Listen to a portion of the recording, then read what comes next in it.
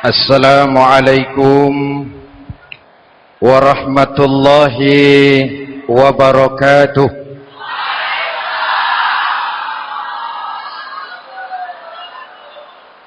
Alhamdulillahi rabbil alamin. Wassalatu wassalamu ala asyrafil mursalin Sayyidina wa maulana Muhammadin wa ala alihi wa sahbihi ajma'in, amma ba'du.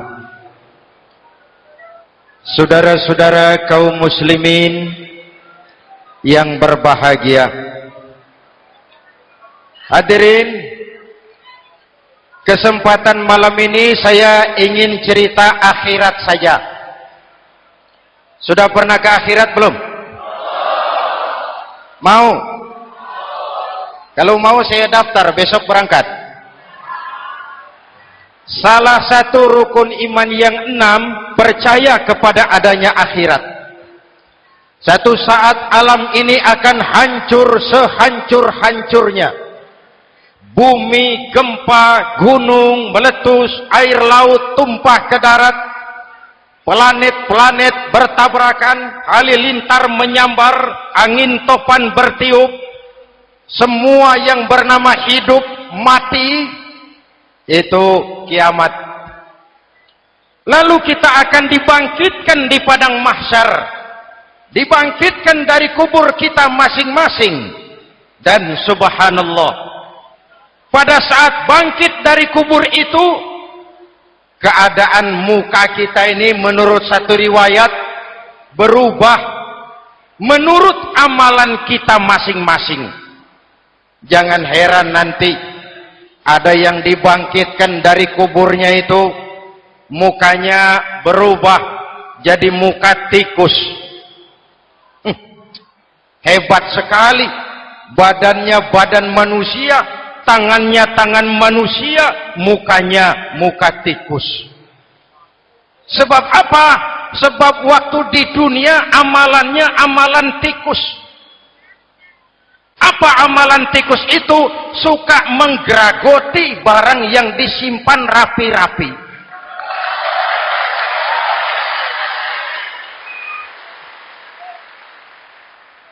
Itu nanti koruptor-koruptor yang menggeragoti uang rakyat, itu nanti bangkit mukanya muka tikus. Na'udzu. Saudara lihat, oh ini yang geragoti uang rakyat mukanya muka tikus. Ada lagi yang bangkit dari kubur, mukanya itu berubah jadi muka harimau. Kenapa? Waktu di dunia amalannya amalan harimau. Apa harimau itu? Mau menang sendiri, keras kepala, kupeh. Di mana ada hutan, rajanya pasti harimau. Padahal hutan belum pernah bikin pemilihan umum. Betul? Tapi harimau tidak peduli ada pemilihan umum atau tidak, saya raja hutan. Setelah naik jadi raja di hutan, harimau bukan melindungi rakyatnya, malah makanin rakyatnya.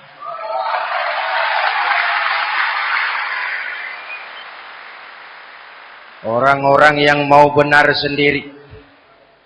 Ada lagi yang bangkit dari kubur gagah, mukanya muka ketek. Sebab apa? Waktu di dunia amalannya amalan ketek. Apa ketek itu? Rakus, serakah, tamak. Coba, ketek itu kasih pisang, dimakan. Berikan lagi, pegang. Berikan lagi, kakinya yang megang. Temannya diberikan, masih dirampas juga. Ketek. Serakah, kalau mental ketek masih gentayangan di republik ini, maka pemerataan cuman akan jadi dongeng. Kaum muslimin yang berbahagia, pada saat itu di akhirat nanti, setiap orang sibuk dengan urusannya sendiri-sendiri. boleh jadi setiap kita lalu akan dimintakan pertanggungjawaban jawab. Boleh jadi orang tua tidak sempat lagi mengingat anaknya, saudara tidak lagi sempat memikirkan saudaranya. Tiap orang akan dimintakan pertanggungjawaban jawab. Dalam kondisi seperti itu, Rasulullah mengajarkan sab'atun yudhilluhumullahu yawma la dhilla illa zilluh. Ada 7 golongan manusia yang di akhirat nanti akan langsung mendapat perlindungan dari Allah Subhanahu wa ta'ala. Orang lain sibuk, dia tenang. Orang lain resah dan gelisah, dia ayem. Kenapa? Mendapat perlindungan dari Allah. Sebab ketika di dunia ia memberikan perlindungan kepada orang banyak. Siapa mereka? Mudah-mudahan kita termasuk salah satu di dalamnya. Mencari perlindungan Allah lebih-lebih dalam situasi sekarang ini. Pertama, imamun adil. Yang akan mendapat perlindungan langsung dari Allah adalah pemimpin yang adil. Sebab apa? Pemimpin yang adil melindungi banyak rakyat, maka pantas di akhirat dilindungi oleh Allah Subhanahu. Kita ini kan zon politikan. Kita ini makhluk yang tidak mungkin hidup sendiri-sendiri. Untuk melaksanakan hajat bersama, kita memerlukan pemimpin. Memilih pemimpin itu tidak sulit. Dalam fikih, ketika sholat, itu dijelaskan bagaimana cara memilih imam. Siapa yang diangkat jadi imam?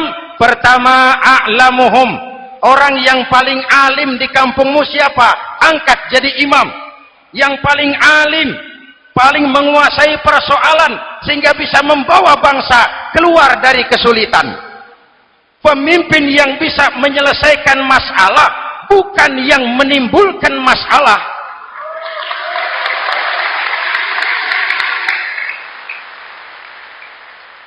Apalagi kalau pemimpinnya jadi masalah, bagian dari masalah. Ini namanya pengurus jadi urusan.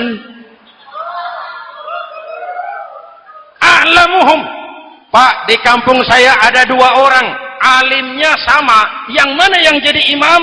Afsahuhum, yang lebih fasih lidahnya, yang paling pandai menyuarakan aspirasi rakyatnya, punya sense of crisis. Yang satu alim tapi pelo. Yang satu alim tidak pelo, yang tidak pelo jadi imam. Kenapa? Tidak sah orang fasih bermakmum kepada imam pelo.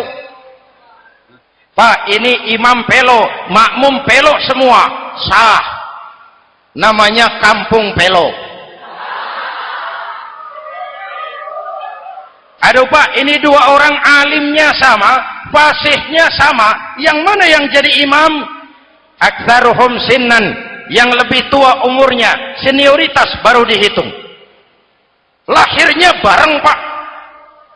Yang mana yang jadi imam? Awaluhum hijratan, yang lebih dulu tinggal di situ, yang punya semangat nasionalisme yang tinggi, yang cinta kepada bangsa dan rakyatnya. Sudah ada imam? Sudah. Ayo azan. Apa azan itu? Proklamasi. Salat mau dimulai. Sudah azan? Sudah. Qobliyah 2 rakaat. Qobliyah. Apa qobliyah itu? Dulu ada namanya Panitia Persiapan Kemerdekaan Indonesia. Qobliyah. Sudah qobliyah? Sudah. Luruskan shaf. Atur barisan yang lurus. Rapatkan barisan. Apa ini? Bentuk pemerintahan yang kompak, bersih, berwibawa. Jangan sesama elit saling tawuran.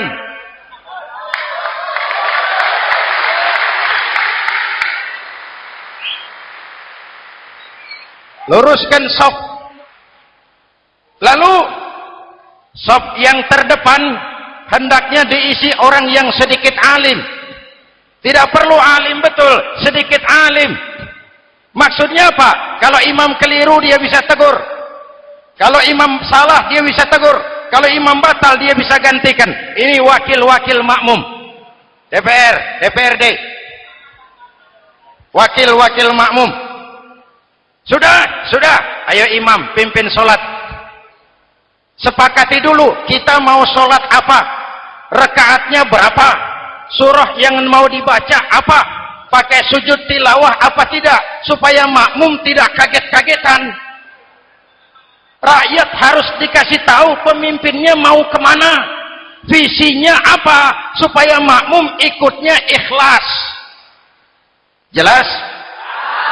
Hadirin yang saya hormati, kita memerlukan pemimpin yang adil, yang menaungi rakyatnya, sehingga dengan demikian nanti mereka akan dinaungi langsung oleh Allah Subhanahu. Mudah-mudahan Allah memberikan kepada kita rakyat dan bangsa Indonesia ini pemimpin yang adil. Saya yakin perjalanan waktu akan mengantarkan kita di mana orang-orang akan terbuka topengnya, sehingga akan jelas mana pembela rakyat, mana penyengsara rakyat.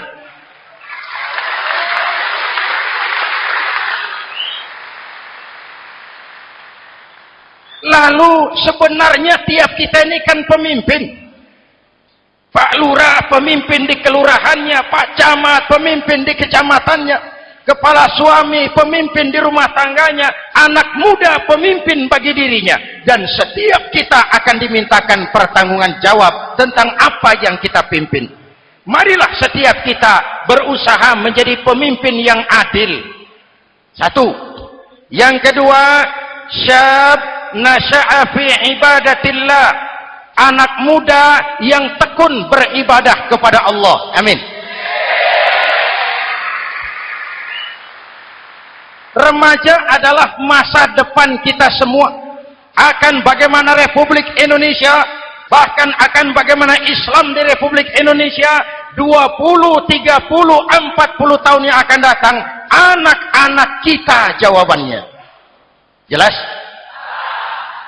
Maka menghancurkan Islam tidak usah menyegel masjid, tidak usah menutup pesantren, tidak perlu melarang pengajian. Cukup dengan meracuni remaja dan pemuda Islam, menjauhkan mereka dari agama dan ulama.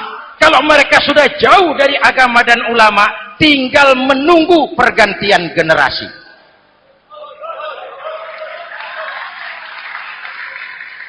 Maaf, kalau yang sudah 60 tahun ke atas, itu saya anggap angkatan selamat. Generasi tanda seru. Insya Allah mantap akidahnya, tidak goyah imannya. Tapi yang 30 tahun ke bawah, adik-adik saya ini, the next generation, kalian yang jadi pilot project. Hei remaja-remaja Islam, kalau mau jadi remaja dan pemuda modern, jangan dekat-dekat ke masjid kuno. Masjid khusus 70 tahun ke atas. Baca Quran kampungan, ngaji urusan akhirat. Seiring dengan itu, modernisasi diartikan dengan westernisasi. Kau tidak bisa jadi pemuda modern kalau semua yang datang dari barat belum kau telan mentah-mentah. Kau harus bisa bergaul seperti orang barat, berpakaian seperti orang barat, berumah tangga seperti orang barat, makan minum seperti orang barat. Kalau nyanyi lagunya lagu barat yang orang lain nggak ngerti, kamu juga nggak tahu.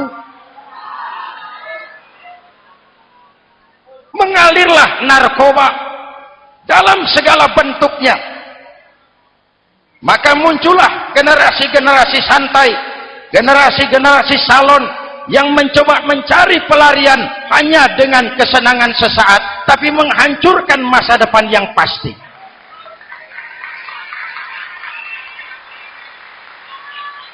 Maka mengalirlah free love, free sex, Samenleben, hidup bersama di luar nikah alias kumpul. Ya sama saja, kumpul kebo, kumpul embek itu sama. Hadirin yang saya hormati, kalau sudah hancur tinggal menunggu pergantian generasi. Oleh karena itu, adik-adik saya, para remaja, para pemuda, kalian harapan kami semua. Di pundak kalian Kami pertaruhkan hari depan bangsa dan negara ini. Hidup cuma putaran menunggu giliran. Ada saat datang, ada waktu pergi. Ada hari lahir, ada saat kembali. Ada hari dilantik, ada saat untuk menyerahkan jabatan. Hidup cuma sekadar menunggu giliran. Karena itu kepada kalian saya ingatkan satu ucapan orang bijak. Hai anak muda, berpikirlah kau di waktu pagi, bekerjalah di waktu siang, makanlah di waktu sore, dan tidurlah di waktu malam. Berpikir di waktu pagi, belajar mumpung masih muda. Bekerjalah di waktu siang, amalkan ilmu itu setelah dewasa. Makanlah di waktu sore, hari tua tinggal menikmati hasilnya. Tidurlah di waktu malam, matilah dengan tenang. Kalau pagi kau tidak berpikir, nanti siang kau tidak akan bisa bekerja. Kalau siang tidak kerja, nanti sore mau makan apa? Kalau sore tidak makan, alamat malam nggak bisa tidur.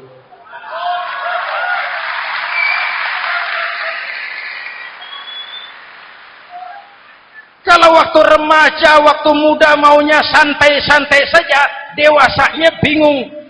Kalau dewasanya bingung, hari tua terlunta-lunta. Kalau hari tua terlunta-lunta, matinya menteleng. Maka lebih baik makan singkong betulan daripada makan roti mimpi.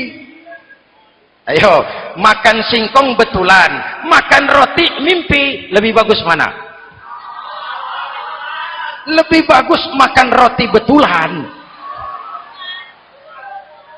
Kalau perlu, lebih baik sekolah sambil dagang koran, sekolah sambil parkir mobil, sekolah sambil semir sepatu, daripada petatang peteteng tanpa prospek hari depan yang ada artinya.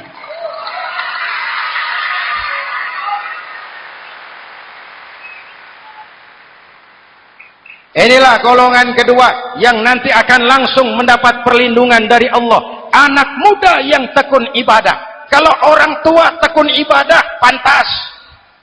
Orang tua rajin ibadah, tidak istimewa. Masya Allah Pak, itu orang tahajudnya hebat, wirid yasinnya mantap, puasanya luar biasa, zikirnya mantap. Umurnya berapa? 70. Wajar. Lalarwi sanjo. Sudah larut senja. Kalau 70 masih jadi preman, kapan taubatnya? Tapi kalau ada anak muda, darahnya masih mengalir dengan panas, keinginannya masih sejuta khayal, dia bisa salurkan di jalan Allah, itu amat disukai Allah, dan itu akan mendapat perlindungan langsung dari Allah Subhanahu. Hadirin kaum muslimin di seluruh tanah air yang saya cintai. Sekarang kita sampai kepada golongan ketiga yang nanti dinaungi Allah. Itu siapa? Rajulun qalbuhu mu'allakun bil masajid. Seseorang yang hatinya selalu terpaut kepada masjid. Masjid memang tempat melaksanakan sholat, tapi lebih dari itu dia adalah pusat kegiatan umat. Umat Islam dengan masjid seperti ikan dengan air, tidak boleh berpisah. Sehingga ada hadis qudsi mengajarkan, inna buyuti fil ardil masajid wa inna zuwari fiha ummaruha. Rumahku di permukaan bumi adalah masjid. Orang-orang yang memakmurkan masjid adalah tamuku. Dari masjidlah terpancar semangat silaturahmi, dan itu yang sangat kita perlukan sekarang. Di tengah-tengah kerentanan kita sebagai bangsa, masjid harus jadi lem perekat. Di sini siapapun yang datang mengucapkan assalamualaikum, betul? Menebarkan salam, menebarkan rasa damai, bersalaman. Kata Nabi, ma min muslimaini yaltaqiyani fayatasafahani illa ghafarallahu dzunubahuma. Apabila dua orang Islam bertemu lalu bersalam-salaman, Allah akan menghapuskan dosa yang terjadi di antara kedua orang itu. Bangsa kita sedang rentan perpecahan. Benih-benih disintegrasi bertebaran di mana-mana. Maka mari kita kembali ke masjid untuk menyusun semangat kebersamaan, meluruskan saf, merapatkan barisan, dan menerjemahkannya di luar masjid. Ini ada kaitannya dengan faktor yang keempat, yang langsung dilindungi Allah. Siapa mereka? Rajulani tahabba fillahi ijtama'a alaihi wa tafarraqa alaihi. Dua orang yang bersaudara, bertemu karena Allah, berpisah karena Allah. Itu akan dilindungi langsung oleh Allah di hari akhirat nanti. Dua orang bersaudara, bertemu karena Allah, berpisah pun juga karena Allah. Tadi dalam perjalanan ke sini saya melalui sebuah desa. Masih ada sisa-sisa tawuran antar desa. Saya tidak sebutkan desanya, itu rahasia perusahaan. Saya cuma prihatin siapa lawan siapa. Siapa yang kita bakar rumahnya, siapa yang kita sambiti dengan batu, siapa yang kita rugikan, padahal urusannya kadang-kadang sepele. Di satu desa misalnya cuma urusan kaset jadi tawuran antar desa. Ini kan hal yang sangat sepele, padahal Nabi mengajarkan dengan keras, kalau dua orang Islam saling bertengkar, al-qatil wal maktul finnar, yang membunuh dan yang dibunuh dua-duanya neraka. Sahabat bertanya, ya Rasul, kalau yang membunuh masuk neraka pantas, kenapa yang dibunuh neraka juga? Rasulullah senyum lalu berkata, yang dibunuh pun sudah punya niat membunuh, cuma keduluan dibunuh. Andai kata tidak dibunuh, dia yang akan membunuh. Mari kita renungkan, kenapa sebagai bangsa kita seperti tercabut dari akar budaya kita. Kita jadi beringas, kita jadi brutal untuk hal yang sepele. Yang satu teriak Allahu Akbar, yang lain teriak Allahu Akbar. Siapa lawan siapa? Dulu Bung Tomo teriak Allahu Akbar, musuhnya londo. Sayyidina Hamzah, Khalid bin Walid teriak Allahu Akbar, yang dilawan kafir. Abu Jahal, Abu Lahab, Abu Sufyan. Sekarang si Ali lawan si Hasan, Hasan Allahu Akbar, Ali Allahu Akbar. Siapa lawan siapa?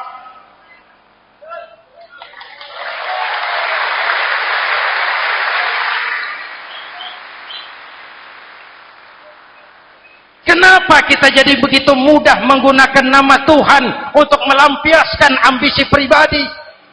Kenapa Allahu Akbar yang begitu sakral kita lepas cuma untuk pelampiasan sebuah dendam?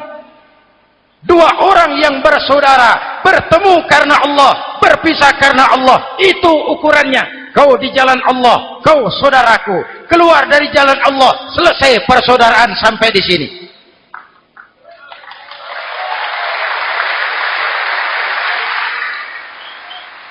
Hadirin, lewat mimbar ini saya kembali menekankan, mari kita pelihara kerukunan.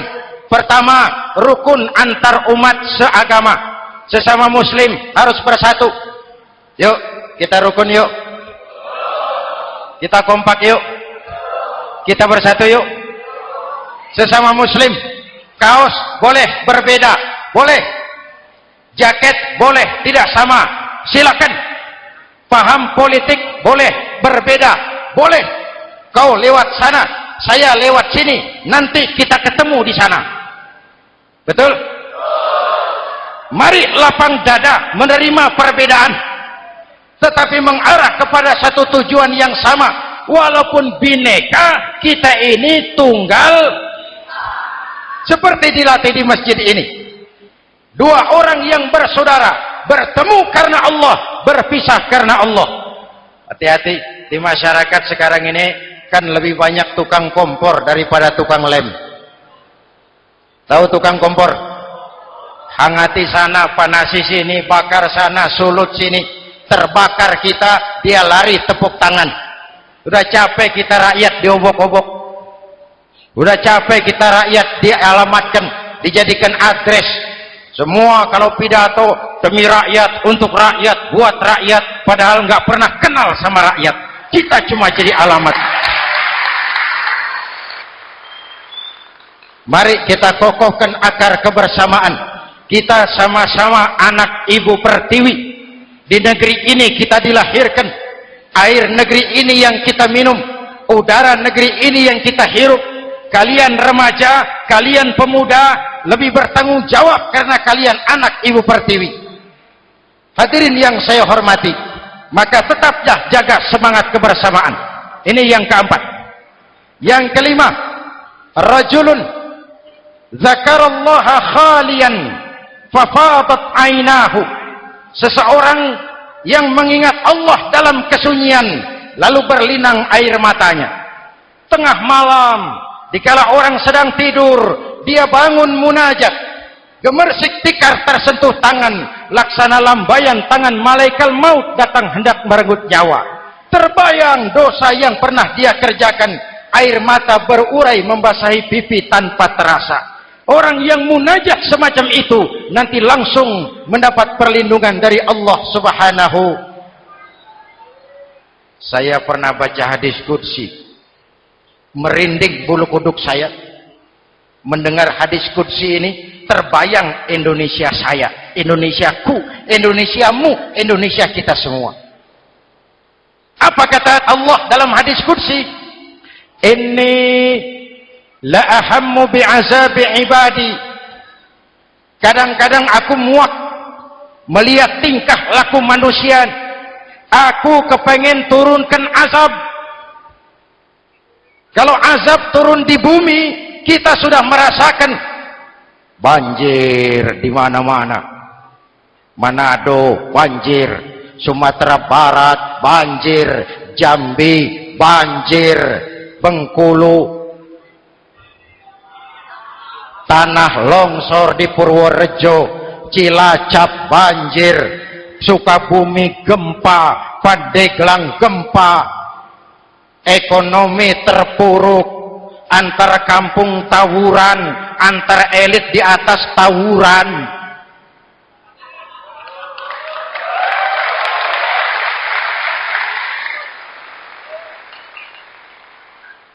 Hutang numpuk. 40% APBN kita ini sekarang cuma untuk bayar hutang. Itu pun dengan asumsi dolar 7.000, 9.000, artinya sekitar 50% APBN kita untuk bayar hutang. Untungnya sekarang ini yang agak menolong, harga minyak membaik di pasaran internasional. Hadirin yang saya hormati, ini lagi ngomong apa saya sih? Aku pengen turunkan azab, tetapi kata Allah, ketika aku melihat orang-orang tua yang sujud di keheningan malam, bayi-bayi tanpa dosa masih menyujud. Ada hadis qudsi mengajarkan, inna buyuti fil ardil masajid wa inna zuwari fiha ummaruha. Rumahku di permukaan bumi adalah masjid. Orang-orang yang memakmurkan masjid adalah tamuku. Dari masjidlah terpancar semangat silaturahmi, dan itu yang sangat kita perlukan sekarang. Di tengah-tengah kerentanan kita sebagai bangsa, masjid harus jadi lem perekat. Di sini siapapun yang datang mengucapkan assalamualaikum, betul? Menebarkan salam, menebarkan rasa damai, bersalaman. Kata Nabi, ma min muslimaini yaltaqiyani fayatasafahani illa ghafarallahu dzunubahuma. Apabila dua orang Islam bertemu lalu bersalam-salaman, Allah akan menghapuskan dosa yang terjadi di antara kedua orang itu. Bangsa kita sedang rentan perpecahan. Benih-benih disintegrasi bertebaran di mana-mana. Maka mari kita kembali ke masjid untuk menyusun semangat kebersamaan, meluruskan saf, merapatkan barisan, dan menerjemahkannya di luar masjid. Ini ada kaitannya dengan faktor yang keempat yang langsung dilindungi Allah. Siapa mereka? Rajulani tahabba fillahi ijtama'a alaihi wa tafarraqa alaihi. Dua orang yang bersaudara, bertemu karena Allah, berpisah karena Allah. Itu akan dilindungi langsung oleh Allah di hari akhirat nanti. Dua orang bersaudara, bertemu karena Allah, berpisah pun juga karena Allah. Tadi dalam perjalanan ke sini saya melalui sebuah desa. Masih ada sisa-sisa tawuran antar desa. Saya tidak sebutkan desanya, itu rahasia perusahaan. Saya cuma prihatin siapa lawan siapa. Siapa yang kita bakar rumahnya, siapa yang kita sambiti dengan batu, siapa yang kita rugikan, padahal urusannya kadang-kadang sepele. Di satu desa misalnya cuma urusan kaset jadi tawuran antar desa. Ini kan hal yang sangat sepele, padahal Nabi mengajarkan dengan keras, kalau dua orang Islam saling bertengkar, al-qatil wal maktul finnar, yang membunuh dan yang dibunuh dua-duanya neraka. Sahabat bertanya, ya Rasul, kalau yang membunuh masuk neraka pantas, kenapa yang dibunuh neraka juga? Rasulullah senyum lalu berkata, yang dibunuh pun sudah punya niat membunuh, cuma keduluan dibunuh. Andai kata tidak dibunuh, dia yang akan membunuh. Mari kita renungkan, kenapa sebagai bangsa kita seperti tercabut dari akar budaya kita. Kita jadi beringas, kita jadi brutal untuk hal yang sepele. Yang satu teriak Allahu Akbar, yang lain teriak Allahu Akbar. Siapa lawan siapa? Dulu Bung Tomo teriak Allahu Akbar, musuhnya londo. Sayyidina Hamzah, Khalid bin Walid teriak Allahu Akbar, yang dilawan kafir. Abu Jahal, Abu Lahab, Abu Sufyan. Sekarang si Ali lawan si Hasan, Hasan Allahu Akbar, Ali Allahu Akbar. Siapa lawan siapa?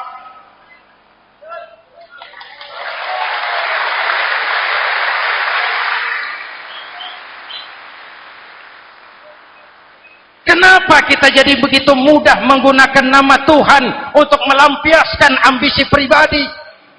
Kenapa Allahu Akbar yang begitu sakral kita lepas cuma untuk pelampiasan sebuah dendam?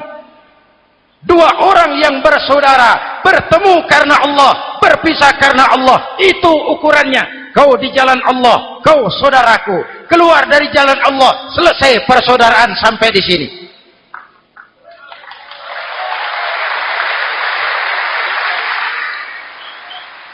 Hadirin, lewat mimbar ini saya kembali menekankan, mari kita pelihara kerukunan. Pertama, rukun antar umat seagama, sesama muslim harus bersatu. Yuk, kita rukun yuk. Kita kompak yuk. Kita bersatu yuk. Sesama muslim, kaos boleh berbeda, boleh. Jaket boleh tidak sama, silakan. Paham politik boleh berbeda, boleh. Kau lewat sana, saya lewat sini, nanti kita ketemu di sana. Betul? Mari lapang dada menerima perbedaan, tetapi mengarah kepada satu tujuan yang sama. Walaupun bineka, kita ini tunggal. Seperti dilatih di masjid ini. Dua orang yang bersaudara, bertemu karena Allah, berpisah karena Allah. Hati-hati, di masyarakat sekarang ini kan lebih banyak tukang kompor daripada tukang lem. Tahu tukang kompor?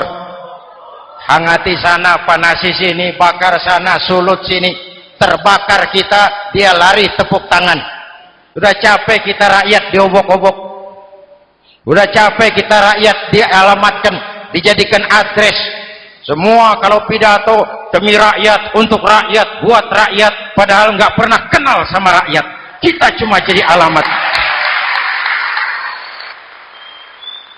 Mari kita kokohkan akar kebersamaan. Kita sama-sama anak Ibu Pertiwi.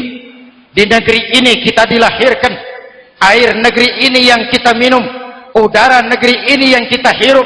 Kalian remaja, kalian pemuda lebih bertanggung jawab karena kalian anak Ibu Pertiwi. Hadirin yang saya hormati, maka tetaplah jaga semangat kebersamaan. Ini yang keempat. Yang kelima, rajulun dzakarallaha khalian fafadat ainahu. Seseorang yang mengingat Allah dalam kesunyian lalu berlinang air matanya. Tengah malam, dikala orang sedang tidur, dia bangun munajat, gemersik tikar tersentuh tangan, laksana lambaian tangan malaikat maut datang hendak merenggut nyawa. Terbayang dosa yang pernah dia kerjakan, air mata berurai membasahi pipi tanpa terasa. Orang yang munajat semacam itu nanti langsung mendapat perlindungan dari Allah Subhanahu. Saya pernah baca hadis qudsi, merinding bulu kuduk saya mendengar hadis qudsi ini. Terbayang Indonesia saya, Indonesiaku, Indonesiamu, Indonesia kita semua. Apa kata Allah dalam hadis qudsi? Inni la ahammu bi'azabi ibadi. Kadang-kadang aku muak melihat tingkah laku manusia. Aku kepengen turunkan azab. Kalau azab turun di bumi, kita sudah merasakan banjir di mana-mana. Manado banjir, Sumatera Barat banjir, Jambi banjir, Bengkulu, tanah longsor di Purworejo, Cilacap banjir, Sukabumi gempa, Pandeglang gempa, ekonomi terpuruk, antar kampung tawuran, antar elit di atas tawuran.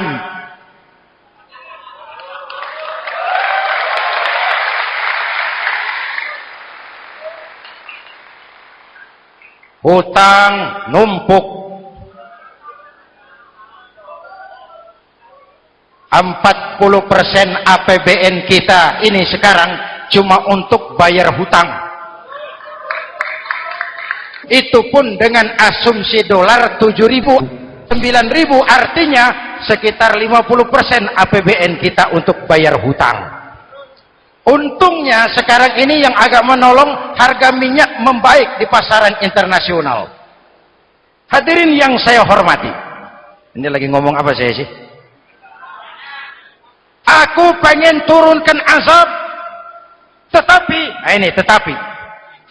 kata Allah, ketika aku melihat orang-orang tua yang sujud di keheningan malam, bayi-bayi tanpa dosa masih menyusu, binatang ternak melata mencari makan, murkaku surut, azab aku tarik kembali. Ayo renungkan hadis ini. Allah mau marah nggak jadi, azab ditarik, kesulitan diangkat, pertolongan datang, ada yang meredam murka Allah. Allah mau marah nggak jadi. Kenapa? Orang-orang tua yang tengah malam sujud sambil berlinang air mata, itu yang meredam murka Allah. Yang ikhlas menangis kepada Allah, bukan menangis berdasarkan pesanan. Ini kan sekarang apa yang nggak bisa dipesan? Istighosah pesanan, demo pesanan, 10.000 berangkat. Ngerti apa enggak urusan soal lain.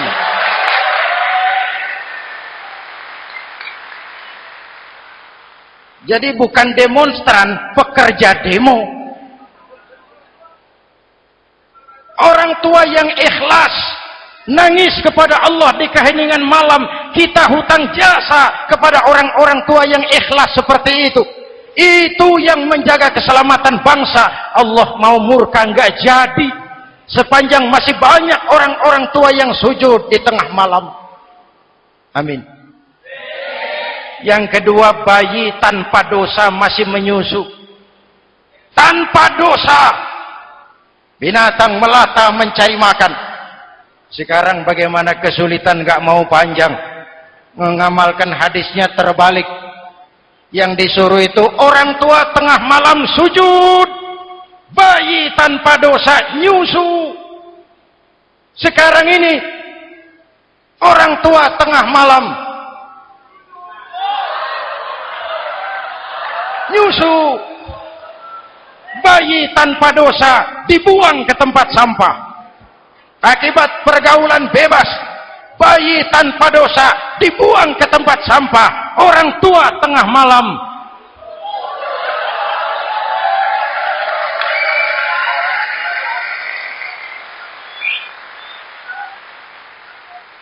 hadirin.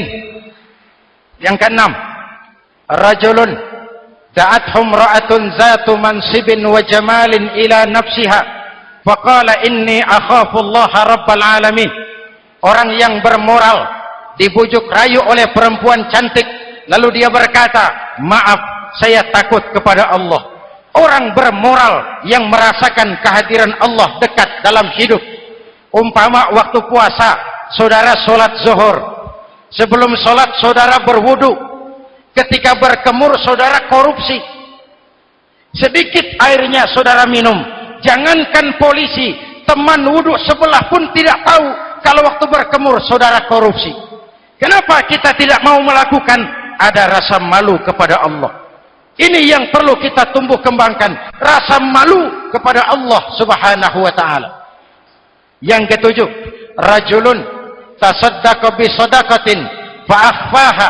Orang yang bersedekah lalu disembunyikan sehingga tangan kiri tidak tahu apa yang diberikan oleh tangan kanan. Orang yang punya kepedulian tinggi tetapi ikhlas menolong yatim, membantu sesama dalam rangka menegakkan masyarakat yang adil dan makmur.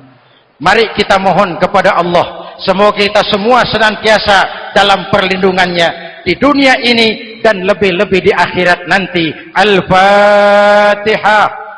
A'udzubillahi minasyaitonir rajim. Shiratal ladzina an'amta 'alaihim ghairil maghdubi 'alaihim waladdallin. Amin. Bismillahirrahmanirrahim. Alhamdulillahi rabbil alamin. Allahumma salli ala Muhammad wa ala alihi wa sahbihi ajma'in. Rabbana taqabbal minna salatana wa siyamana wa qiyamana wa takhashu'ana wa ta'abbudana wa tammim taqsirana ya arhamar rahimin. Allahumma ja'alna minas su'ada'il maqbulin wa la taj'alna minal ashqiya'il mardudin. Rabbana zalamna anfusana wa illam taghfir lana wa tarhamna lanakunanna minal khasirin. Afdalu ma qultuhu ana wan nabiyuna min qabli la ilaha illallah.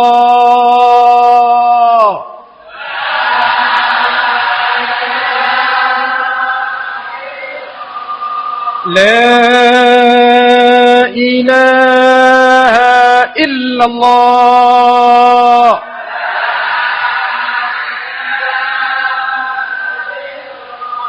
Muhammadur Rasulullah.